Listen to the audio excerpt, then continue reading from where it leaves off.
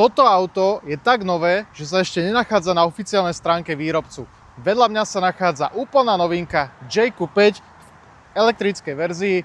Auto, ktoré bude stať možno do 40 000 eur. Prečo hovorím možno? Pretože ešte nie sú stanovené oficiálne slovenské ceny. Nachádzame sa v interiéri J5, ktorý môžete už niektorí poznať zo spaľovacej verzie. Chválim vertikálne orientovaný displej infotainmentu už len z hľadiska navigácie. Dva odkladacie priestory pre mobilné zariadenia, na ľavej strane bezdrôtová nabíjačka o výkone 50 W s chladením, množstvo odkladacích priestorov, držiaky na nápoje, celkovo aj spracovanie interiéru, nič tu nevrzga. No a máme tu aj panoramatické strešné okno s elektrickou roletkou. Tým, že sa jedná o elektrické vozidlo, batéria má kapacitu 58,9 kWh, na ňu prejdete približne cez 400 km, realita je niekde 300 až 450, záleží podľa podmienok. Nabíjate ju pri AC nabíjaní 11 kW a pri DC rýchlom nabíjaní až 130 kW, čiže sa jedná o 400 V architektúru. Poďme sa pozrieť, čo sa nachádza pod kapotou.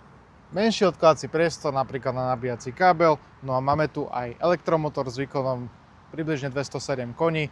Je to predný náhon, no a viac sa o tomto aute dočítate v článku na našom webe carblog.sk.